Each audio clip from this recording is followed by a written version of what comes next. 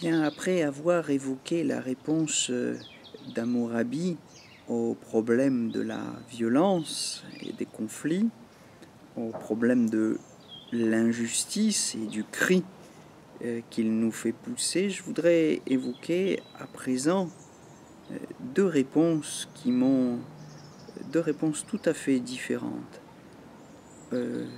au cri de l'injustice, qui m'ont particulièrement fait réfléchir. Ce sont les réponses religieuses, les deux réponses religieuses de l'Ancien et du Nouveau Testament, pour les distinguer clairement selon des textes connus de tous. Par réponse religieuse au problème de la justice, j'entends une réponse qui nous relie à quelque chose qui en nous est plus grand que nous. Je ne veux pas dire simplement que nous nous relions ou nous nous rattachons, nous adhérons à une religion qu'on peut appeler judaïsme, christianisme ou islam, etc. Je veux dire, sous ce terme de religion ou de réponse religieuse, que nous nous relions à quelque chose qui en nous est plus grand que nous. Par l'ouverture du cœur, ou ce que on appelle en vocabulaire théologique, dans le vocabulaire théologique, la foi. Alors, ces deux réponses religieuses, ce sont celles de David, pour faire court, et celle de Jésus. David, dans ses psaumes, invoque Dieu, il invoque la lumière, il invoque cette intelligence organisatrice du monde physique comme du monde moral, qu'il appelle le Seigneur, et il l'invoque pour lui demander sa justice. Cette justice, c'est Nekam en hébreu. Cette justice, c'est ce que nous traduirions plus volontiers aujourd'hui en français par vengeance. C'est ainsi d'ailleurs que dans la plupart des traductions de la Bible est traduit le mot Nekam. Au psaume 94, par exemple, on peut lire cet appel de David à Dieu qui lui dit « Seigneur, Dieu qui venge ». Et puis ensuite, il lui demande d'intervenir. « Dieu qui venge, toi qui es le Dieu vengeur ». Alors, il ne faut pas se tromper sur le sens de ce mot. D'abord, si Dieu est vengeur, cela veut dire qu'il ne nous appartient pas à nous de nous venger. La vengeance n'est pas notre fait, mais une espèce de privilège divin ici. Et par vengeance, eh bien, il faut l'entendre au sens d'Hammurabi, c'est-à-dire que Dieu est celui qui fait payer un œil pour un œil et une dent pour une dent. Alors, à quelle échelle de temps, par quel chemin fait-il passer le fautif pour obtenir de lui réparation ou expiation de sa faute? Alors ça, évidemment, c'est difficile à dire. Mais en tout cas, c'est Dieu qui s'en occupe et il est défini ici comme vengeur, c'est-à-dire comme justicier. Il ne s'agit pas, évidemment, d'accuser Dieu de se livrer à des surenchères et d'être incapable de réparer équitablement une erreur, un tort subi. Il s'agit plutôt, pour David, par cette invocation, d'exprimer la confiance qu'il a en un Dieu dont il sait qu'il fera payer chaque faute commise.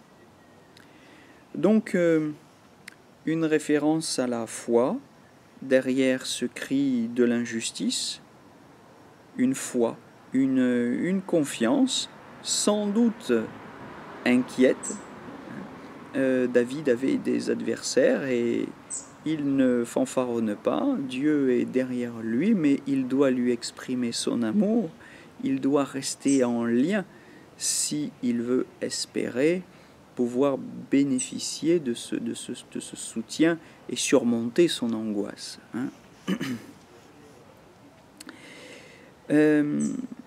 Voilà pour la première réponse. La deuxième réponse, c'est celle des évangiles.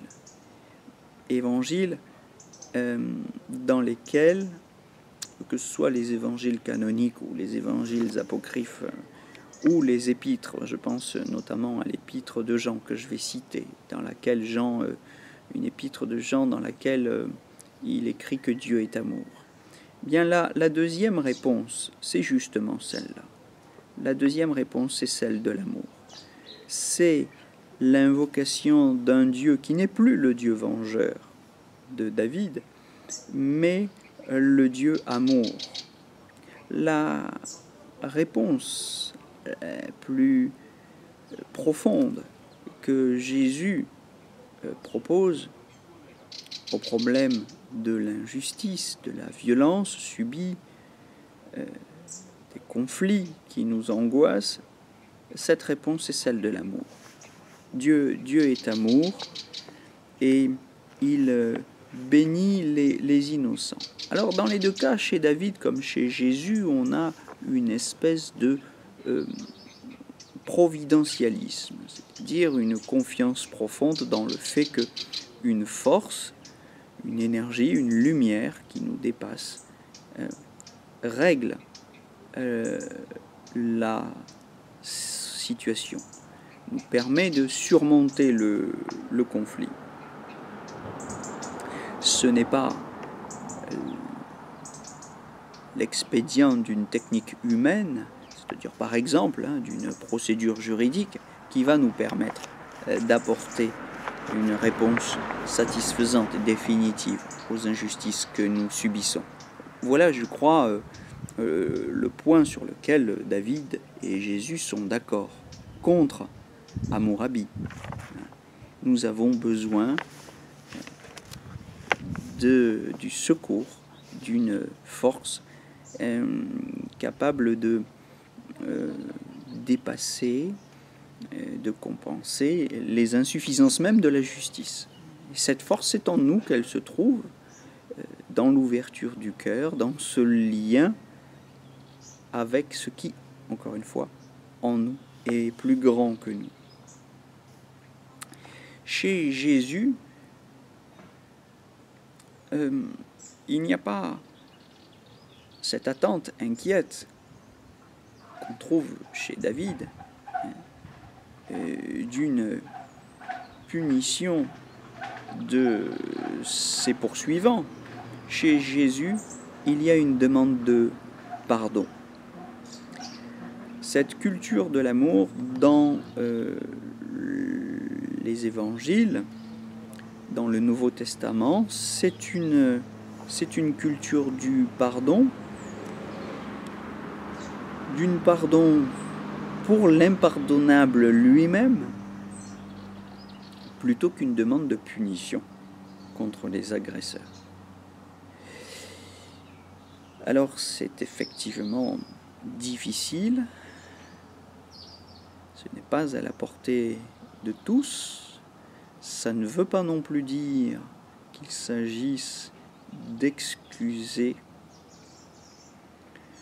de minimiser, de nier le dommage subi et de laver la faute de ceux qui ont commis un tort, mais ici il s'agit plutôt de se placer du point de vue même de la victime pour essayer de l'aider à dépasser sa situation de victime, car finalement rien n'est pire pour une victime que de rester toute sa vie la victime de ses agresseurs. Donc ce que fait Jésus, je crois, avec une profondeur psychologique immense. C'est qu'il nous invite au sacrifice de la victime elle-même en tant que victime. Je veux dire qu'il invite la victime, par le pardon, à dépasser ses revendications, à dépasser ce qu'il peut y avoir d'angoissé dans sa demande. Il l'invite à renoncer à ses propres intérêts. Nous connaissons bien cette posture, bon, puisque c'est l'histoire de notre tradition occidentale. Enfin, nous connaissons les textes, mais les avons-nous si bien lus? Nous connaissons Jésus, mais le connaissons-nous si bien? Nous savons qu'il s'est posé comme l'agneau, Agnus Dei, l'agneau de Dieu. Mais que signifie cette métaphore? Oui, au fond, on peut se demander si beaucoup de gens, enfin, si nous avions nous-mêmes véritablement réfléchi à cette métaphore. L'agneau, c'est la victime innocente, nous sommes d'accord, mais une victime qui ne demande pas réparation, une victime qui s'abandonne, non pas pour faire plaisir à ses bourreaux, non pas pour excuser ou minimiser la faute de ses bourreaux, mais pour accéder à ce que Jésus appelle le royaume de Dieu, c'est-à-dire, pour faire simple, au bonheur. Parce que pour lui, il est plus salutaire de renoncer à ses propres intérêts que de persister dans la revendication angoissante et jamais apaisée d'une justice qu'il n'obtiendra pas par des voies rationnelles, par des moyens humains. Donc cette réponse religieuse, c'est un effort pour mobiliser une force, pour s'adresser à l'infini, à cette force qui en nous est plus grande que nous, l'infini, et qui seule peut satisfaire notre désir infini de justice. Donc en passant de la revendication ou de la demande inquiète qui était celle de David à l'amour, c'est à cet infini que s'unit la victime volontairement renonçante. En choisissant de renoncer à une compensation définie, elle obtient une satisfaction infinie. Voilà, je crois que c'est ça le sens profond du sermon sur la montagne. Heureux les pauvres, heureux les persécutés pour la justice. Heureux les persécutés pour la justice, car ils connaîtront Dieu. Voilà, ce message de Jésus, c'est un message pour nous faire passer de l'amour de la loi